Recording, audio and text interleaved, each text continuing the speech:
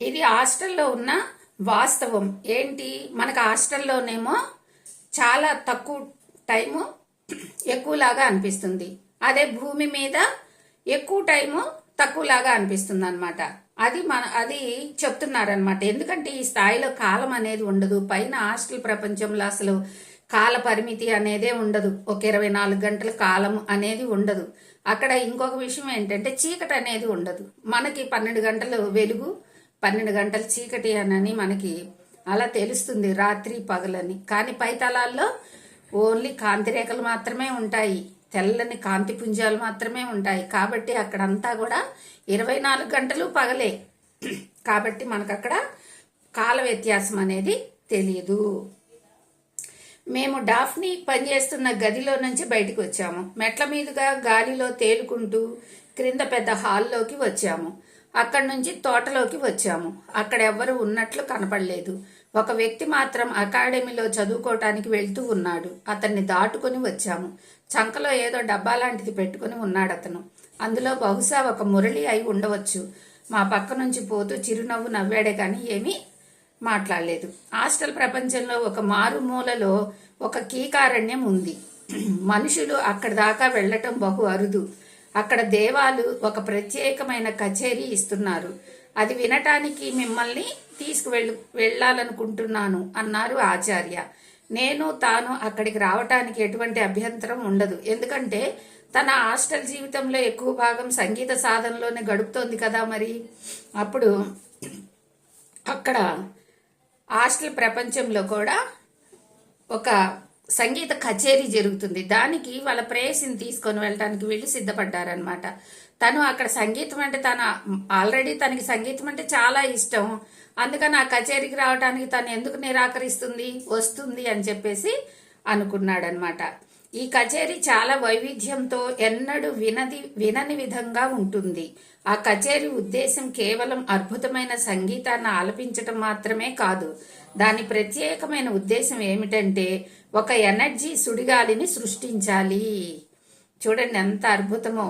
అక్కడ ఆ సంగీతము వాళ్ళందరూ కలిసి అక్కడ సంగీత నాదం చేయటం వల్ల ఒక ఎనర్జీ సుడిగాలిని సృష్టించి భూలోకానికి పంపడం జరుగుతుంది. ఈ మధ్యనే మనం కూడా ప్రపంచమంతా కూడా కలిసి ధ్యానం చేసి భూమికి ఎనర్జీ ఇవ్వటం జరిగింది. అట్లానే పైతలాల్లో ఉన్న ఆత్మస్వరూపులందరూ కూడా అక్కడ సంగీత నాదం చేసి ఆ ఎనర్జీని మనకి కిందకి పంపిస్తారు. అందుకని మనం ధ్యానం చేసుకునేటప్పుడు వాళ్ళందరినీ కూడా ఆహ్వానించుకొని వాళ్ళ ఎనర్జీతో మనం మమేకమై ధ్యానం చేద్దామని చెప్పి అనుకుంటూ ఉంటామన్నమాట.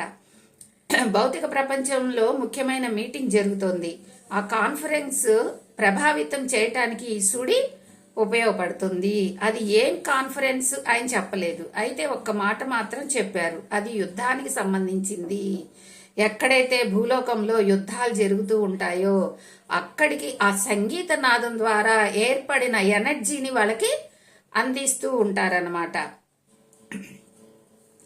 ఆ మీటింగ్లో తీసుకునే నిర్ణయాలను బట్టి ఉంటాయి ఆ యుద్ధ ఫలితాలు, ఆ యుద్ధం ఆగిపోయే తేదీ, యుద్ధాన్ని ఆయుధాలతో కాకుండా సంధి రాయబారాలతో సెటిల్ చేసుకోవాలనే నిర్ణయం, ఇవన్నీ కూడా ఆ ఎనర్జీ ద్వారా జరుగుతూ ఉంటాయి. ఇప్పుడు మనకు కూడా మన భారతదేశానికి పాకిస్తాన్కి అలాంటి అవే జరుగుతూ ఉంటాయి కదా.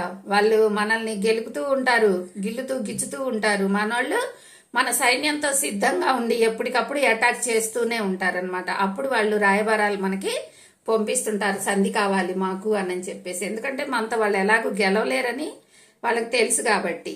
వాటిని ప్రభావితం చేసే ఎనర్జీ సుడిని 2 పద్ధతులతో నిర్మించవచ్చు. గాఢమైన ఏకాగ్రతతోనూ నాదం ద్వారాను.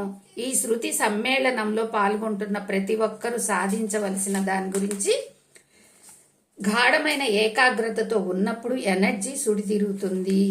ఇక్కడ ఈ విషయం మనం బాగా గ్రహించాలి ఫ్రెండ్స్.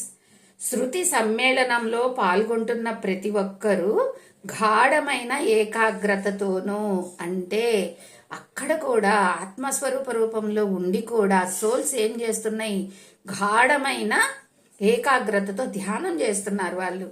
అంటే ధ్యాన స్థితి వల్ల ఆ ఎనర్జీ అనేది ఏర్పడుతుంది.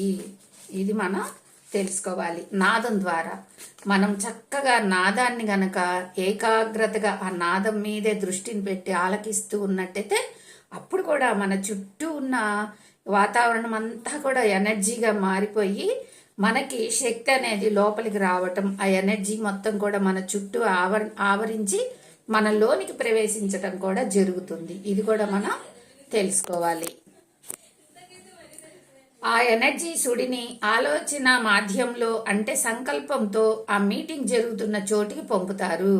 ఆ ఎనర్జీ మొత్తాన్ని ఏం చేస్తారు, మన నీళ్లలో సుడి తిరుగుతున్నట్టు ఒక్కొక్కసారి మనం పొలాల్లోకి వెళ్ళి చూసినట్టయితే పొలంలో గాలంతా కూడా సుడి మాదిరిగా తిరిగి ఓ పక్కకు పోతున్నట్టు కనపడుతుంది.